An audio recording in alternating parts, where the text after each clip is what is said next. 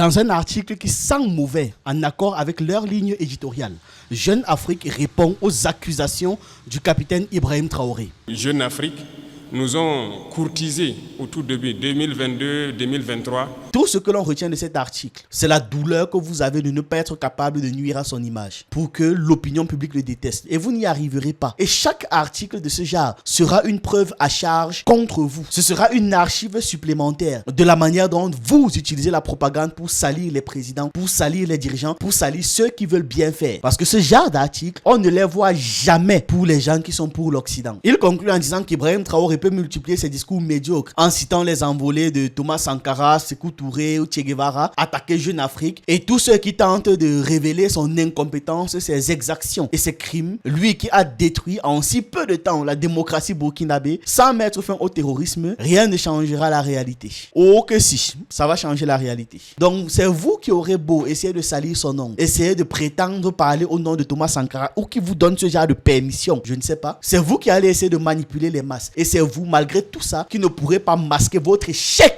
Vous ne pourrez pas masquer ça. Vous n'allez jamais réussir à masquer le fait que vous êtes un média de propagande. Jamais. Voilà votre échec là-bas. Vous n'êtes pas convaincant du tout, même pas une seconde. Et ce genre d'article ne change rien. Ce n'est pas en faisant signer ça par Marwan Ben Yamed que ça va changer quelque chose. Et ça, non, ça va rester dans vos cœurs. Parce que ce genre d'article ne sert à rien. Et d'ailleurs, je ne sais pas pourquoi est-ce qu'il n'y a pas d'espace commentaire. S'il y avait un espace commentaire, on aurait vu. Récemment, le capitaine Ibrahim Traoré, le chef d'État du Burkina Faso, a révélé un certain nombre de choses sur la manipulation des médias et à quel point la lutte médiatique est importante dans les différents combats que nous sommes en train de mener. Il a été très sérieux à ce niveau. Il demandait à ce qu'on fasse très attention. Dans ce combat que nous menons aujourd'hui, le plus dangereux, c'est la guerre de communication. Parce que tant que vous serez là à écouter une mauvaise information, ça finit par devenir une réalité. Et c'est très dangereux pour nous. La désinformation bat son plein. À notre niveau, on vit ça tous les jours. Et je dis chaque fois aux gens de faire très attention. Tout ça pour diviser, pour mieux régner.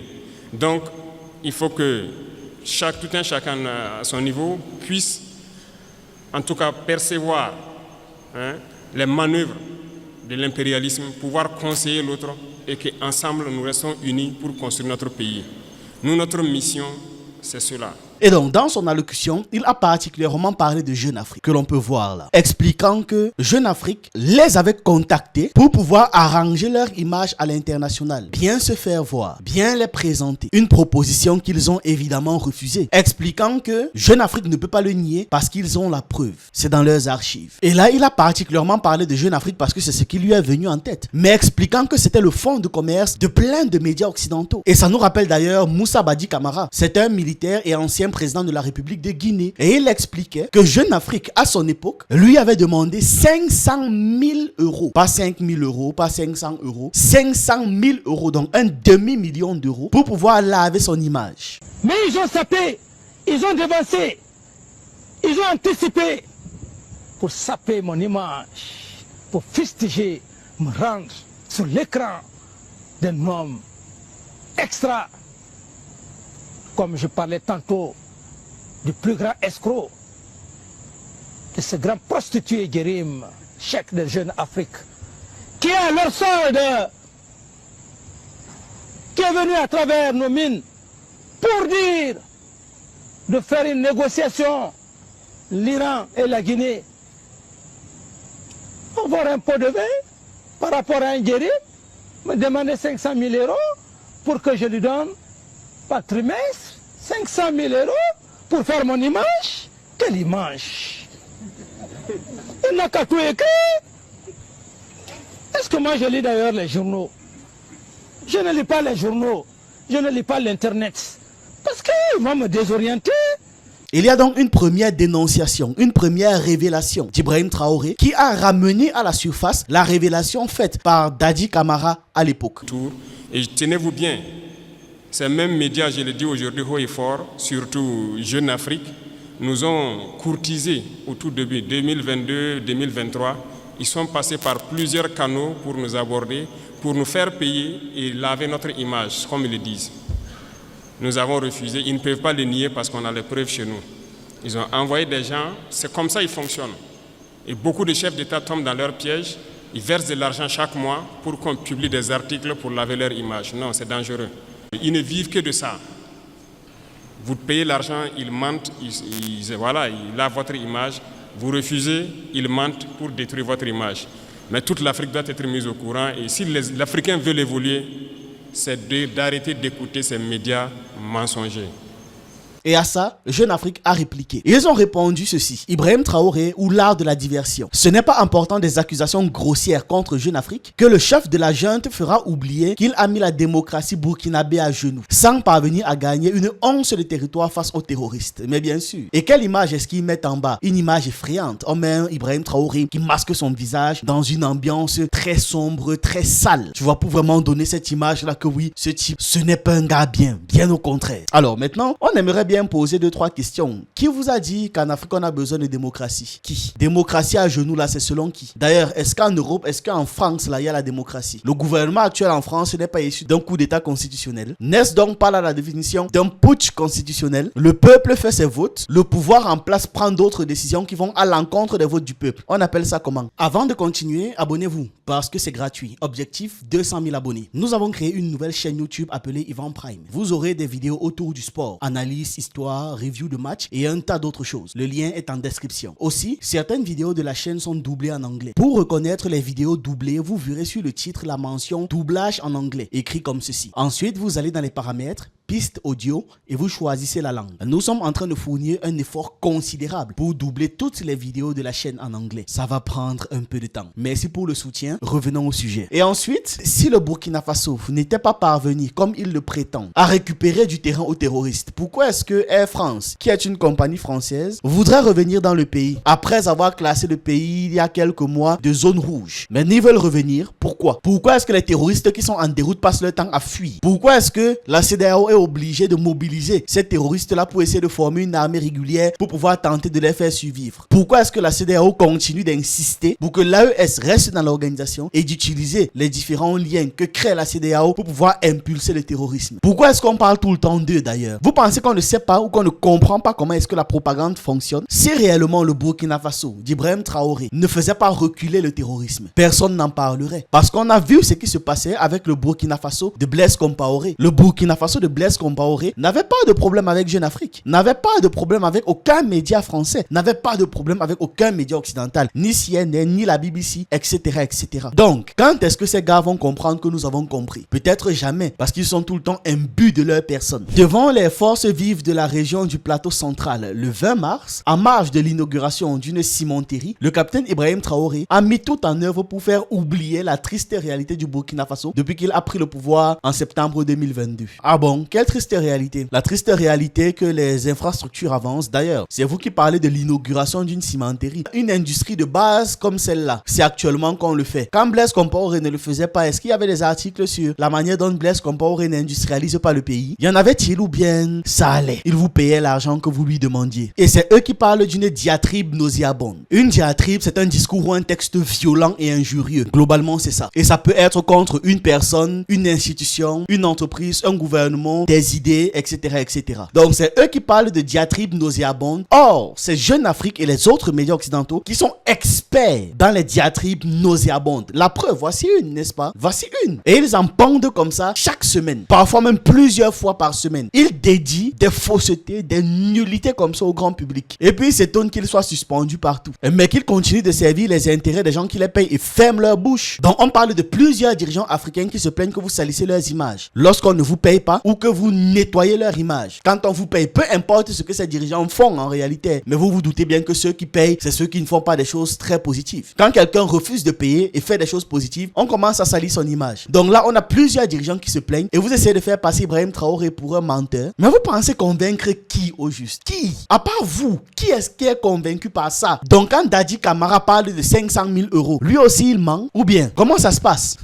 Le chef de la junte burkinabé ne cite évidemment aucun nom ou pays, mais poursuit en évoquant encore une fois Thomas Sankara qui doit se retourner dans sa tombe. Alors, il y a des personnes qu'on doit interdire de prononcer le nom de Thomas Sankara. Ici, en l'occurrence, tous ceux qui sont de près ou de loin en collusion avec la France, comme Jeune Afrique. Parce que quand ils osent dire que Thomas Sankara se retourne dans sa tombe, parce que Ibrahim Traoré évoque son nom, c'est un manque de respect qu'ils ont envers nous. Quand on connaît comment est-ce que Thomas Sankara a été assassiné, par qui il a été assassiné, comment est-ce que ça a été commandité et organisé, c'est un manque de respect. Et donc si par ces mots-ci, ils entendent, ils comptent attirer la sympathie de quelconque public africain ou panafricain, ils se foutent le doigt dans l'œil. Et j'insiste encore, il y a certaines personnes, certains organismes et organisations qui n'ont même pas le droit de prononcer le nom sacré de Thomas Sankara. Ils n'ont même pas ce droit-là. Et Jeune Afrique en fait partie. Vous n'avez pas le droit de prononcer son nom, vous n'avez pas le droit d'écrire son nom. Et encore pire quand c'est pour faire de la manipulation avec. Thomas Sankara qui se retourne dans sa tombe parce qu'Ibrahim Traoré l'évoque. Vous êtes même fou. Ça prend souvent ces gens par où? Donc vous pensez nous convaincre avec ce genre de phrases? Voilà ce qui se passe quand la médiocrité gangrène toutes vos institutions. Puisque vous n'avez fonctionné que de corruption. Corruption et chantage. Corruption et chantage. En dehors de ça, qu'est-ce que vous savez faire? Même pondre un article cohérent vous dépasse. Répondez clairement. Donc quand Dadis Camara, lui, il a même sorti le chiffre que vous avez demandé. Faites une fois un lien par rapport à ça. Vous vous doutez bien qu'aujourd'hui les choses sont sur Internet. On allait remonter. Donc il fallait commencer par répondre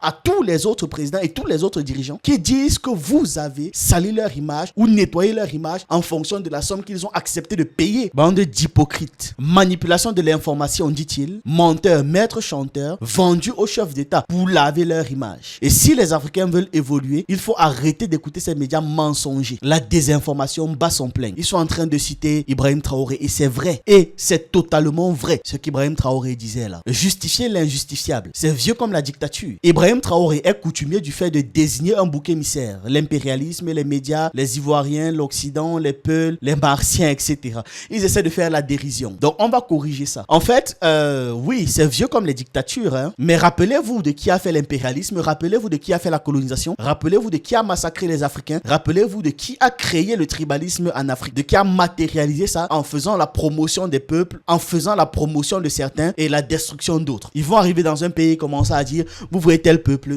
ils ne sont pas des vôtres. Vous devez être bien traités, eux doivent être maltraités. Et créer comme ça des tensions entre les pays. Bon oui, c'est vieux comme le monde. Mais ce n'est pas un bouc émissaire quand il parle de l'Occident. Ce n'est pas un bouc émissaire quand il parle de l'impérialisme. Ce n'est pas un bouc émissaire quand il parle des médias. Mais que font les médias? Que fait l'impérialisme? Ou encore que font les Occidentaux? Ils prennent la vérité, ils mélangent ça au mensonge pour embrouiller les esprits. Parce que oui, ils ont cité l'impérialisme, les médias. Mais à ça, ils citent quelque chose qui n'a rien à voir avec les propos d'Ibrahim Traoré. En règle générale, c'est-à-dire les Ivoiriens. Parce que même quand Ibrahim Traoré parle du fait que la Côte d'Ivoire devient une base arrière, il ne parle pas des Ivoiriens, mais des dirigeants ivoiriens qu'il accuse d'être en complicité avec l'État français, c'est-à-dire en complicité avec l'impérialisme, avec l'Occident et j'en passe. Lorsqu'il parle des Peuls, il parle de la minorité, l'extrême minorité, qui décide d'entrer dans des groupes terroristes et qui massacrent les pays et qui sont organisés comme ça pour créer le désordre au sein du Burkina Faso. Il n'a pas parlé des Peuls en tant que bloc civilisationnel qui nuit au Burkina Faso. Pas du tout. D'ailleurs, ça ne peut même pas être possible parce qu'il n'y a pas que des Peuls au Burkina Faso. On est d'accord là-dessus. Il y a des Peuls dans toute l'Afrique de l'Ouest. Et les Peuls arrivent même jusqu'en Afrique centrale vu qu'il y a des Peuls au Cameroun. Il y a des Peuls au Tchad. Donc cet article nous montre une fois de plus les mécanismes de l'impérialisme. Quand ils n'arrivent pas à prouver quelque chose, ils s'en moquent. Parce que quand ils disent les Martiens là dans la liste qu'ils font, c'est pour prendre ça en dérision. Que oui, lui, il accuse de toute façon tout le monde,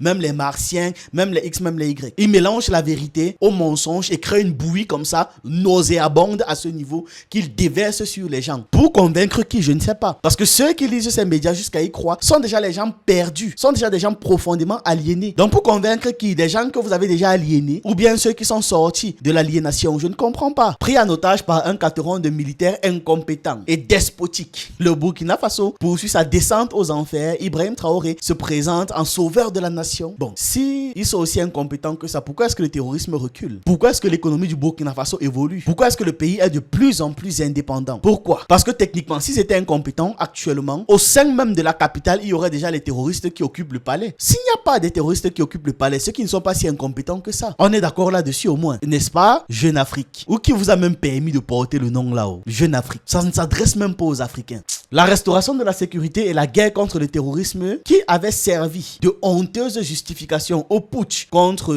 Roch Marc Christian Kaboré, puis contre Paul-Henri Sandaogo Doumbia demeure un mirage. La situation sur le terrain a même empiré. Bon, démontrez-le, parce que sur le terrain, c'est pas ce qu'on voit. Sur le terrain, on voit même l'exact opposé. En revanche, quand vous citez des noms comme ça, on comprend que c'était vos gens. Plusieurs opérations sont en cours. Il y a des zones abandonnées depuis plusieurs années que nous avons reconquis. Nous sommes en phase de consolidation et nous poursuivons nos manœuvres jusqu'à nos frontières. Dans quelques jours, vous serez bien sûr au courant de tout ce qui a pu être récupéré et nous allons nous implanter dans ces zones pour toujours. Nous n'allons pas reculer, nous allons récupérer la totalité de notre territoire.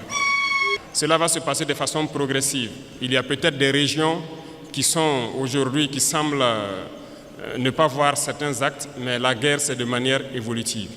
Nous allons blanchir totalement des zones et arriver au fur et à mesure. Et resserrer l'étau sur ces gens, c'est comme je le dis, ils n'ont que de choix, soit de comprendre le message, de revenir à la patrie, ou bien ils vont disparaître. Vous avez même vu comment est-ce que les gars ont mal depuis que les AES s'en sort sans eux. Parce que là, ils peuvent même plus dire que oui, ce sont des militaires en France qui combattent, vu qu'on les a tous mis dehors. Ils auraient même encore pu rebondir dessus en disant que oui, mais ce n'est quand même pas grâce aux armées de ces pays-là qu'on arrive à repousser le terrorisme, ce sont les militaires français et patati et patata. Bon, maintenant qu'ils sont dehors, ils ne peuvent plus justifier. Ce qu'ils sont obligés de faire, c'est mentir. Et comme bien évidemment, ceux qui lisent ça ne peuvent pas aller directement sur le terrain, vérifier, voir ce qui se passe, il y a certains qui vont croire, certains qui ne vont pas croire. Et ce genre d'article sera propagé par les ennemis en interne, dont faisait référence Ibrahim Traoré dans son allocution. L'impérialisme a plusieurs visages.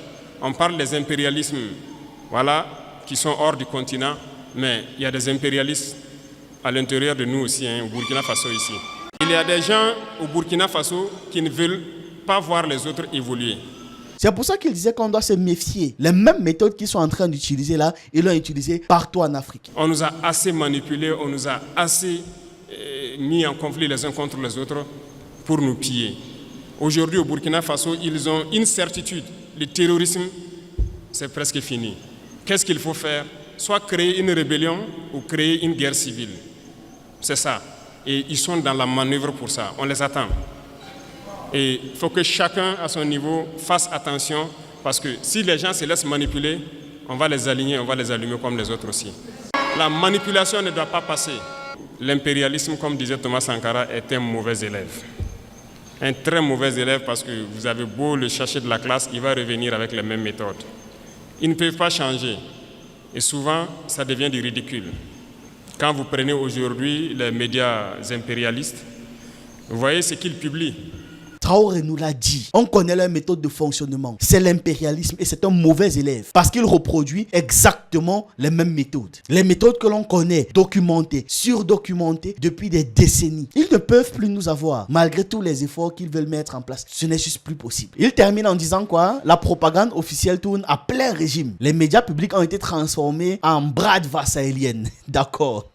Les médias étrangers dont Jeune Afrique ont été interdits. Et les autres, tous les autres journalistes, membres de la société civile, acteurs politiques ou simples citoyens sont réduits au silence, emprisonnés, amenés de nuit par des militaires encagoulés ou envoyés de force au front. S'ils n'avaient pas été encagoulés, ça aurait changé quelque chose? Ou bien vous précisez ça pour l'effet dramatique, pour l'effet cinématographique de la chose? Donc vous pensez réellement qu'un pays qui est en guerre civilisationnelle contre l'impérialisme, contre vous, les colonisateurs, peut se permettre de laisser des espions circuler n'importe comment, sachant qu'aujourd'hui la guerre est d'abord informationnelle et ensuite logistique? Tout ce que l'on retient de cet article, c'est la douleur que vous avez de ne pas être capable de nuire à son image. C'est la douleur que vous ressentez de ne pas être capable, de ne pas être à même de manipuler l'information pour que l'opinion publique le déteste. Et vous n'y arriverez pas. Vous ne pouvez même pas y arriver, malgré tous les efforts que vous allez faire. Et chaque article de ce genre sera une preuve à charge contre vous. Ce sera une archive supplémentaire de la manière dont vous utilisez la propagande pour salir les présidents, pour salir les dirigeants, pour salir ceux qui veulent bien faire. Parce que ce genre d'article, on ne les voit jamais pour les gens qui sont pour l'Occident. On ne les voit jamais. On ne les lira jamais. Peut-être post-mortem, on n'en sait rien. Il conclut en disant qu'Ibrahim Traoré peut multiplier ses discours médiocres en citant les envolées de Thomas Sankara, Sékou Touré ou Che Guevara, attaquer Jeune Afrique et tous ceux qui tentent de révéler son incompétence, ses exactions et ses crimes. Lui qui a détruit en si peu de temps la démocratie burkinabé sans mettre fin au terrorisme, rien ne changera la réalité. Oh que si, ça va changer la réalité. Vous passez votre temps à insister insisté sur la démocratie. Depuis quand la démocratie veut dire développement? Depuis quand la démocratie signifie bonne gouvernance? Je ne vois pas le rapport entre les deux. Pourquoi vous aimez mélanger les concepts comme ça? Bonne gouvernance et démocratie vont ensemble depuis quand? Expliquez-moi un peu. Et nous, on va le croire. Ça va même au-delà d'une simple croyance. Nous, on le sait. Tout ce qu'on attendait, c'est simplement quelqu'un qui nous le dit. C'est tout. Qui nous le confirme. Avec les chiffres et tout. C'est tout ce qu'on attendait. Nous, on le sait. Donc, c'est vous qui aurez beau essayer de salir son nom. Essayer de prétendre parler au nom de Thomas Sankara ou qui vous donne ce genre de permission. Je ne sais pas. C'est vous qui allez essayer de manipuler les masses. Et c'est vous, malgré tout ça, qui ne pourrez pas masquer votre échec. Vous ne pourrez pas masquer ça. Vous n'allez jamais réussir à masquer le fait que vous êtes un média de propagande. Jamais. Voilà votre échec là-bas. Vous n'êtes pas convaincant du tout, même pas une seconde. Et ce genre d'article ne change rien. Ce n'est pas en faisant signer ça par Marwan Ben Yamed que ça va changer quelque chose. Ça aurait été signé par un nom de pur cliché français, Dupont, et j'en passe, Dubois, de Lecoq, qu'on n'aurait pas cru un seul instant. Et ça, non, ça va rester dans vos cœurs. Parce que ce genre d'article ne sert à rien. Et d'ailleurs, je ne sais pas pourquoi est-ce qu'il n'y a pas d'espace commentaire. S'il y avait un espace commentaire, on aurait vu. Ce n'est pas pour rien que vous ne mettez pas les espaces commentaires et autres. On aurait lu. Et je le dis encore, ne prononcez plus le nom de Sankara dans votre sale journal. Ne prononcez plus son nom. Et surtout si c'est pour dire qu'il se retourne dans sa tombe parce qu'Ibrahim Traoré le cite. Ne prononcez même plus son nom tout court. Et dites-vous que ces rats de Jeune Afrique ne s'arrêtent pas là. Parce qu'ils ont sorti juste après un autre article qui dit pourquoi Ibrahim Traoré veut ponctionner les banques. Et vous voyez que là, ils ne mettent pas le nom de celui qui écrit, non? Parce que l'autre, il fallait absolument qu'on voie que c'est une consonance d'une personne qui vit peut-être en Afrique ou d'un ressortissant africain ou peut-être même burkinabé. Donc là maintenant il parle de ponctionner les banques, alors qu'il était très clair que c'est l'argent de l'État qui est dans ces banques-là, que ces banques utilisent pour tourner, gagner des milliards, qu'il veut réutiliser, et les banques refusent parce qu'eux, ils veulent manger seuls, ils veulent gagner seuls. Or, ce que l'État du Burkina veut faire, c'est simplement investir cela, mettre des infrastructures en place, créer des entreprises qui vont générer de l'argent, et quand ça va générer de l'argent, ils vont réinjecter cet argent-là dans ces banques qui pourront trader avec et continuer de faire des intérêts. Mais vous voyez que Jeune Afrique parle de ponctionner, que pourquoi est-ce qu'il veut ponctionner les banques? Il pose une question comme s'il n'y avait pas la réponse dans l'allocution d'Ibrahim Traoré. La réponse était pourtant clairement énoncée. Il y a des gens au Burkina Faso qui ne veulent pas voir les autres évoluer. Il y a des gens qui veulent rester eux seuls au sommet. Non. Nous avons décidé de rendre l'État un peu plus fort et de partager les richesses. Aujourd'hui, ça nous revient encore beaucoup que beaucoup de banquiers refusent d'accompagner ceux qui gagnent des marchés de l'État et tout ça. Bon. On est là-dessus, il faut que les gens changent de fusil d'épaule. On a demandé aux banquiers de rétrocéder une partie, donc c'est ce qu'on appelle les dépôts à terme, les DAT. Ce sont les sociétés d'État qui déposent leur argent dans les banques. On veut notre argent pour faire du travail. Les gens trouvent qu'ils ne peuvent pas donner l'argent parce que ça va affaiblir leur banque. Mais chaque année, les banques ont réalisé tant de milliards d'intérêts nets. Soit on se comprend vraiment autour d'une table, ou bien on va passer à une autre méthode. Et ce matin, je tenais à faire cette déclaration pour que vous compreniez que la bagarre qui va commencer, la poussière va se soulever comme on aime le dire. Il faut que vous-même vous fassiez attention, parce que ce sont les mêmes qui vont passer derrière pour intoxiquer, pour créer des mensonges et amener les gens à se détourner de l'essentiel. Il y en a déjà qui essaient, on voit beaucoup de gens qui font des vidéos pour laver les images de certains et tout ça. Faites attention. Et il y a beaucoup de petites entreprises qui ferment parce qu'ils n'arrivent pas à payer les salaires des employés et tout ça. Ils ont des factures déposées au trésor, on n'arrive pas à payer. Mais c'est ça, on dit de donner une partie de notre argent en banque. On va payer ces entreprises pour qu'ils puissent fonctionner. Et les gens sont en train de réfléchir avec l'argent. Vous pensez qu'on peut laisser ça comme ça? La dette intérieure, là, on va payer ça. Cette fin du mois, là, l'argent là va rentrer. On a demandé juste un pourcentage. Ce n'est même pas tout l'argent qu'on veut retirer. C'est un pourcentage qu'on a demandé pour le faire. Et ça réfléchit beaucoup. Certaines banques ont répondu, félicitations à eux, mais la plupart des banques n'ont pas transféré l'argent jusqu'à aujourd'hui. C'est un message que je tenais à les lancer. On a donné fin mars, c'est fin mars. Si fin mars, les 25% ne sont pas là, on va passer à autre chose. Vous êtes prévenus et que la manipulation ne doit pas continuer. Parce que ce sont généralement, ceux qui sont victimes de ça, ce sont les couches les plus pauvres en fait, du pays. Il est employé dans une petite entreprise, il a peut-être son 50 000, son 100 000 par mois. Son patron a déposé des factures au trésor, il n'arrive pas à avoir l'argent. Lui, il va perdre son emploi, toute sa famille souffre, pendant que d'autres sont en train de faire des milliards d'intérêts par mois ou par an. Non, ça ne va pas marcher. Donc, il faut se préparer. C'est un autre front qui s'ouvre. Il y aura toutes les manipulations possibles, mais restez serein, il faut qu'on avance. Que comment on peut être dans un pays en situation de crise? On est en train d'investir de partout et il y a des gens qui ont notre argent, c'est dans les banques. On veut prendre une partie pour investir, gagner plus d'argent, aider les gens, faire en sorte qu'il y ait moins de pauvreté. Et les enfoirés des gars de ces banques-là disent qu'ils ne donnent pas l'argent. Ils avaient donné les dates, non? Que les banques n'obéissent pas, alors ils vont voir. Parce que quand les gens veulent se gaver seuls, ils doivent être punis. Il y avait même un dans mes commentaires qui disait que les chefs de ces banques-là, on doit les envoyer au front pour qu'ils voient ce que ça fait. C'est-à-dire que ce n'est pas comme si on veut prendre tout leur argent, juste une partie. La partie qu'ils vont prendre ne va absolument pas les ruiner, mais ils refusent parce qu'ils veulent les dividendes de plusieurs milliards en fin d'année, se payer entre eux, comme c'est être content de dire qu'ils sont riches pendant qu'à côté d'eux il y a des gens qui meurent littéralement de faim. Et vous trouvez que c'est un sens? Le président de la transition du Burkina Faso a exigé des établissements financiers qu'ils servent une partie des avoirs des entreprises publiques pour pouvoir soulager la dette. Si cette mesure ne met pas en péril les grandes banques, et tu vois, eux-mêmes ils le précisent, ils l'avouent, son impact sur les groupes purement locaux peut être très dommageable. Non, pas très dommageable. Ça, c'est un superlatif que vous utilisez. Ce ne sera pas très dommageable. Ce sera juste un peu dommageable le temps que les choses se fassent. Aussi simple que ça. Parce que de toute façon, si cette dette n'est pas payée, si ces investissements ne sont pas faits, on ne va pas s'en sortir. On est bien d'accord là-dessus, non? Donc, ils vont aussi perdre. Mais ce qu'ils veulent, c'est gagner à l'échelle individuelle, même si à un moment donné, l'entreprise doit déposer son bilan et partir et laisser des milliers de personnes au chômage. Méfiez-vous avec la propagande. J'insiste encore là-dessus. Méfiez-vous avec. Voilà, c'est ce que j'avais à partager avec vous dans cette vidéo. Dites-moi ce que vous en pensez en commentaire et on se retrouve une prochaine fois.